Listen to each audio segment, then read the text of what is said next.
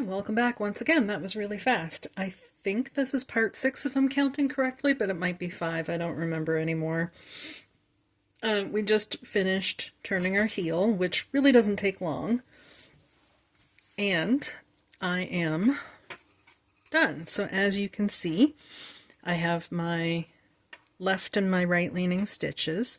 And now you can see there's that really distinct V shape. I've gone all the way across and all the way back with my knit two together, or my slip knits and my purl two togethers, and I've gone all the way across both sides, and now I have 18 stitches remaining out of the 32 that I started with, because my two needles each had 16. So now, if you doubled up,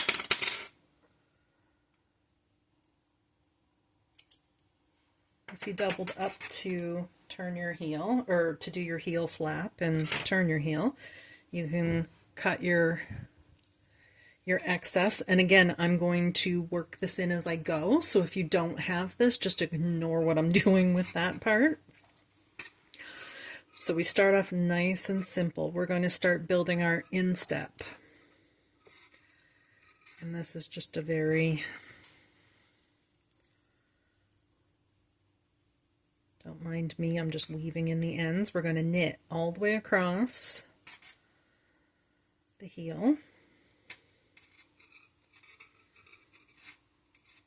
Hopefully I'm in range of the camera. I keep underestimating where the field of view is. I can't see the screen while I'm doing this. So sometimes I discover afterwards that I've gone out of the frame. So again, if you don't have that extra tail, just ignore this little loopy business I got going on here. I'm just working it in so I don't have to sew it in later on, because I'm lazy. I prefer to call it efficient, but haha, who are we kidding? Alright, so I've knit across my 18 stitches. Now we're going to pick up for our instep. So from the back of the heel across the arch of the foot. And 16 is our magic number all the way through here. I started out with 16 stitches on each needle. And now that we're getting into the instep, I'm going to pick up and knit, you guessed it, 16 stitches. This part can be a little bit fiddly sometimes. I may say a bad word or two. If I do, I apologize. 1,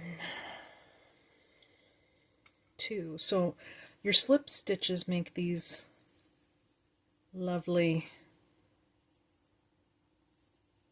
finished edge over here. So I'm just going in through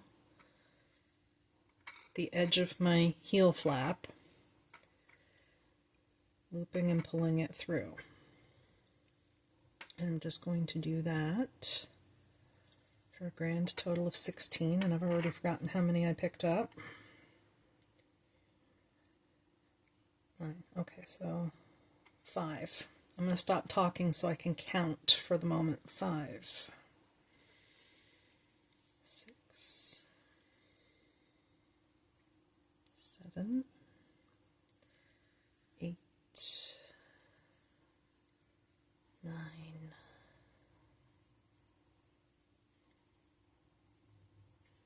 10, 11,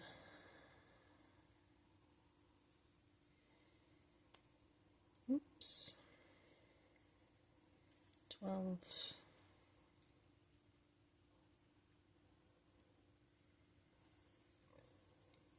13,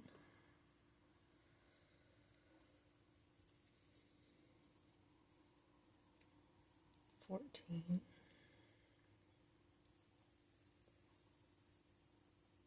15, 16. Okay, so that's one side picked up. I'm going to pause this briefly. I'm just going to knit across my next 2 needles. So I'm going back into using all 4 needles again. This is going to look kind of misshapen and weird. What I'm going to do while this thing is on pause, so I don't torture my audience, I'm going to knit across these other 2 needles that I haven't touched in a while. And then I'm going to come to the other side of my heel flap, and I'm going to pick up and knit 16 stitches across here, just like I just did on the other side, and then knit across and back to my starting position in the middle of the heel. So I'll be back with you in just a moment.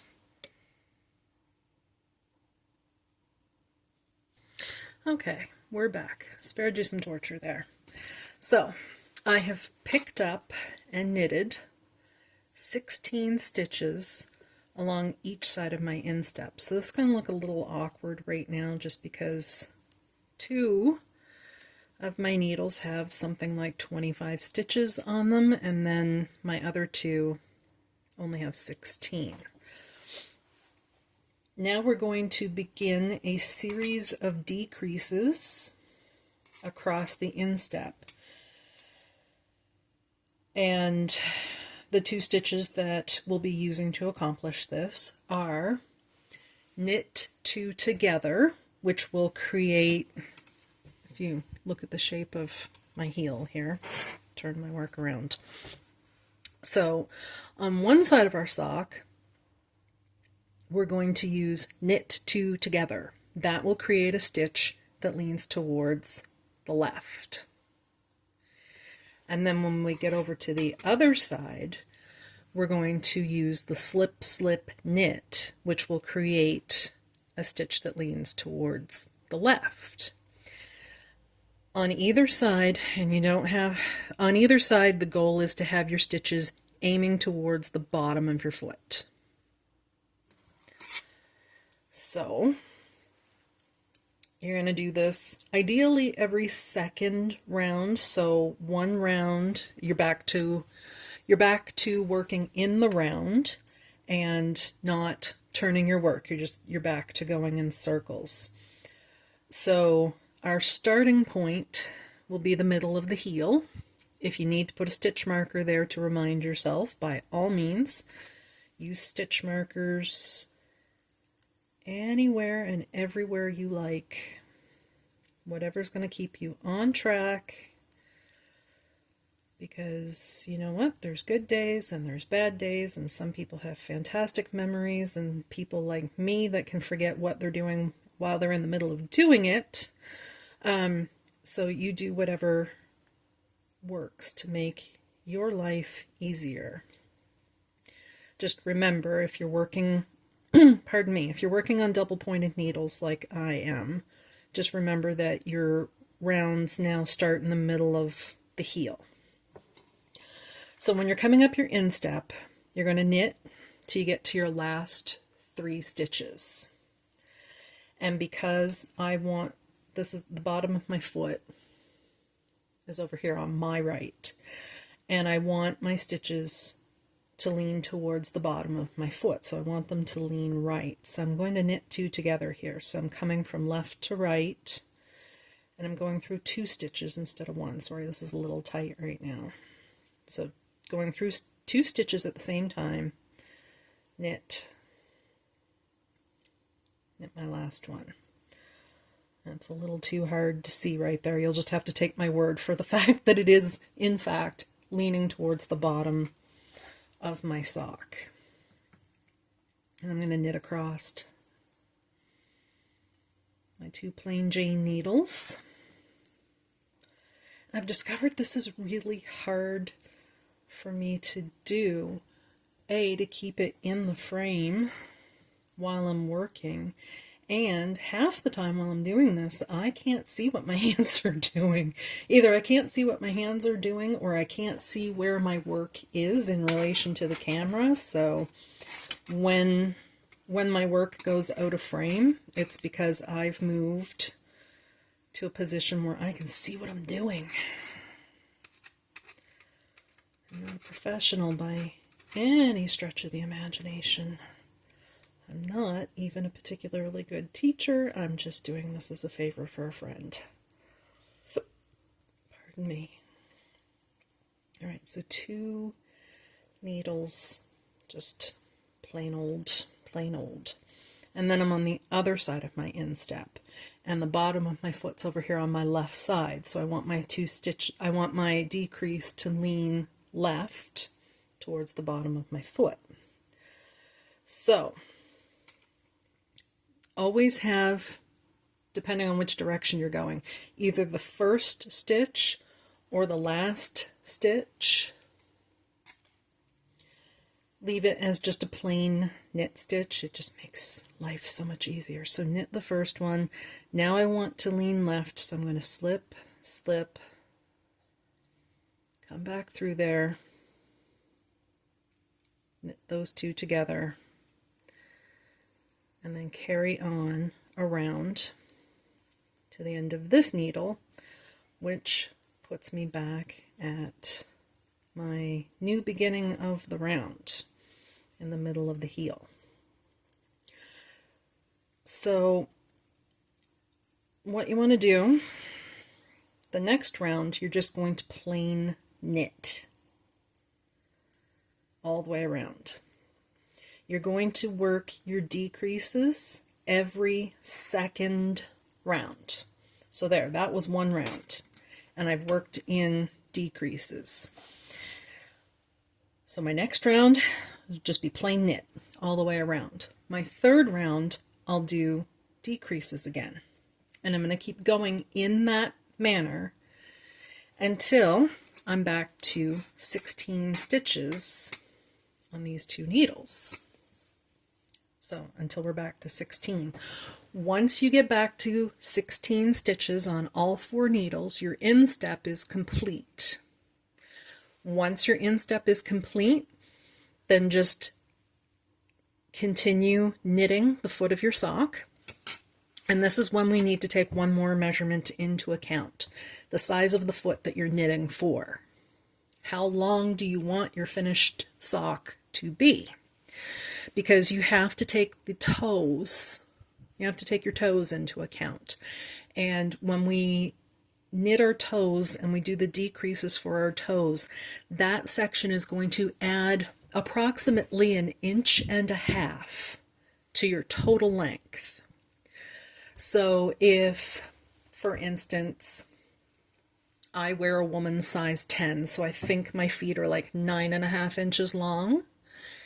And if I subtract 1.5 inches for the toe, that means I want to knit until from the back of my heel out this way is approximately 8 inches long.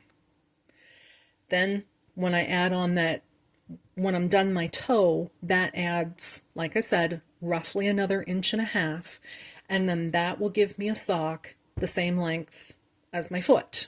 Cross your fingers and toes. So take your finished size into account. Work your decreases for your instep until you're back to 16 stitches on each needle. And then just continue on knitting in the round until you have achieved the length that you want. So take the size of your foot into consideration.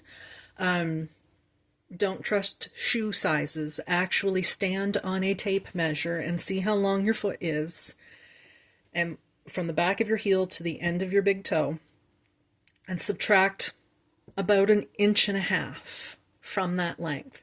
That's how far you want to knit before we start the toe. So the next video will be a little while longer coming out because I have to knit my foot. So we'll meet you back. We will meet back same place, same channel, once you have completed your instep and continue to knit the length of your foot. Bye for now.